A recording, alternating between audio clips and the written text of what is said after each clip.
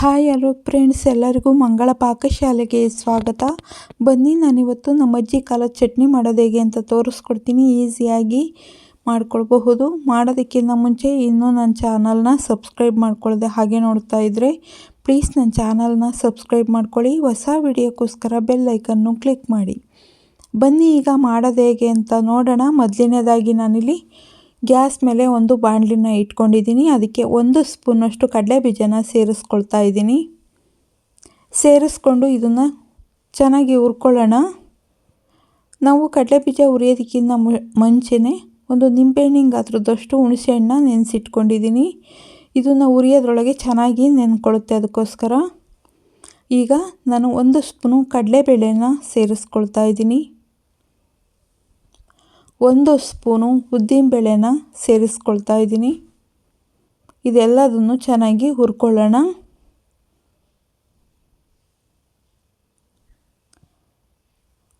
ಅರ್ಧ ಸ್ಪೂನು ಮೆಂತ್ಯನ ಸೇರಿಸ್ಕೊಳ್ತಾ ಇದ್ದೀನಿ.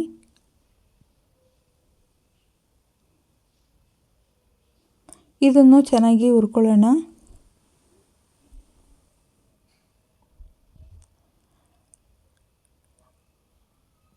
ಅದಾದಮೇಲೆ 1 ಸ್ಪೂನು ಧನ್ಯ ಬೀಜನ ಹುರ್ಕೊಳ್ತಾ ಇದ್ದೀನಿ. ಅರ್ಧ ಸ್ಪೂನು ಜೀರಿಗೆನ ಸೇರಿಸ್ಕೊಂಡು ಹುರ್ಕೊಳ್ತಾ ಇದ್ದೀನಿ.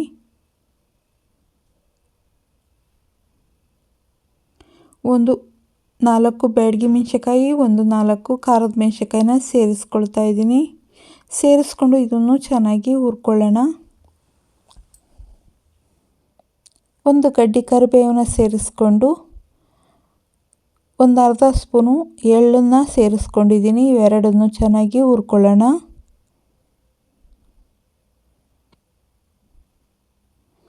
ಇವನ್ನ ಹುರ್ಕೊಂಡಿದ್ದಾದಮೇಲೆ ಪೂರ್ತಿಯಾಗಿ ತಣ್ಣಗಾಗಕ್ಕೆ ಬಿಟ್ಬಿಡೋಣ.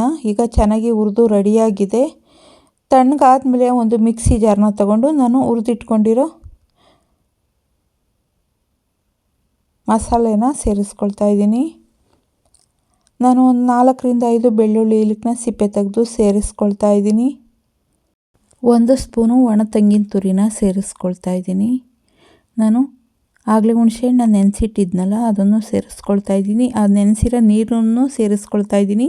ನಾನು ಎಕ್ಸ್ಟ್ರಾ ನೀರನ್ನ ಸೇರಿಸ್ಕೊಳ್ತಾ ಇಲ್ಲ, ಆ ನೀರಲ್ಲೇ ರುಬ್ಕೊಳ್ತಾ ಇದ್ದೀನಿ. ರುಚಿಗೆ ಎಷ್ಟು ಬೇಕಷ್ಟು ಉಪ್ಪನ್ನು ಸೇರಿಸ್ಕೊಂಡು ನುಣ್ಣಗೆ ರುಬ್ಕೊಂಡ್ಬಿಡೋಣ. ಈಗ ರುಬ್ಬಿ ರೆಡಿಯಾಗಿದೆ. ಇಷ್ಟು ನುಣ್ಣಗಿದ್ರೆ ಸಾಕಾಗುತ್ತೆ. ತುಂಬ ತೆಳ್ಳಗೆ ಮಾಡ್ಕೋಬೇಡಿ, ಚೆನ್ನಾಗಿರಲ್ಲ. ಈ ರೀತಿ ಗಟ್ಟಿಗಿದ್ರೆ ತುಂಬಾ ಚೆನ್ನಾಗಿರುತ್ತೆ. ನಾನು ಒಂದು ಬಟ್ಲಿಗೆ ಸೇರಿಸ್ಕೊಳ್ತಾ ಇದ್ದೀನಿ. ಸೇರಿಸ್ಕೊಂಡ್ಮೇಲೆ ಒಗ್ಗರಣೆ ಮಾಡ್ಕೊಳ್ಳೋಣ. ಗ್ಯಾಸ್ ಮೇಲೆ ಒಂದು ಬಾಣಲಿನ ಇಟ್ಕೊಂಡಿದ್ದೀನಿ. ಅದಕ್ಕೆ ಅರ್ಧ ಸ್ಪೂನು ಎಣ್ಣೆನ ಸೇರಿಸ್ಕೊಂಡಿದ್ದೀನಿ. ಎಣ್ಣೆ ಚೆನ್ನಾಗಾದ್ಮೇಲೆ 1/4 ಸ್ಪೂನಷ್ಟು ಸಾಸಿವೆನ ಸೇರಿಸ್ಕೊಂಡಿದ್ದೀನಿ. 1 ಕಡ್ಡಿ ಕರಿಬೇವನ್ನ ಸೇರಿಸ್ಕೊಂಡು ಚೆನ್ನಾಗಿ ಫ್ರೈ ಮಾಡ್ಕೊಳ್ಳೋಣ. ಇದಾದಮೇಲೆ ನಾನು ರೆಡಿ ಮಾಡಿ ಇಟ್ಕೊಂಡಿರೋ ಚಟ್ನಿಗೆ ಈ ಒಗ್ಗರಣೆನ ಸೇರಿಸ್ಕೊಳ್ತಾ ಇದ್ದೀನಿ. ಸೇರಿಸ್ಕೊಂಡು ಒಂದ್ಸಲ ಚೆನ್ನಾಗಿ ಮಿಕ್ಸ್ ಮಾಡ್ಕೊಳ್ಳೋಣ. ಇದನ್ನು ಬಿಸಿ ಅನ್ನಕ್ಕೆ, ದೋಸೆಗೆ, ರೊಟ್ಟಿಗೆ, ಚಪಾತಿಗೆ ತುಂಬಾ ಚೆನ್ನಾಗಿರುತ್ತೆ. ಮನೇಲಿ ಒಂದ್ಸಲ ಟ್ರೈ ಮಾಡಿ ನೋಡಿ ಈ ರೀತಿ. ಇದನ್ನು ನಮ್ಮ ಅಜ್ಜಿ ಕಾಲದಲ್ಲಿ ಈ ರೀತಿ ಚಟ್ನಿನ ಮಾಡ್ಕೊಳ್ತಿದ್ರು. ನಿಮ್ಗೆ ಏನಾದರೂ ಈ ವಿಡಿಯೋ ಇಷ್ಟ ಆಯಿತು ಅಂದರೆ ಪ್ಲೀಸ್ ಒಂದು ಲೈಕ್ ಮಾಡಿ, ಶೇರ್ ಮಾಡಿ, ಸಬ್ಸ್ಕ್ರೈಬ್ ಮಾಡಿ. ಹೊಸ ವಿಡಿಯೋಕ್ಕೋಸ್ಕರ ಬೆಲ್ ಐಕನ್ನು ಕ್ಲಿಕ್ ಮಾಡಿ. ಯಾರ್ಯಾರು ವಿಡಿಯೋ ನೋಡಿದ್ದೀರೋ ಅವ್ರಿಗೆಲ್ಲ ಧನ್ಯವಾದಗಳು.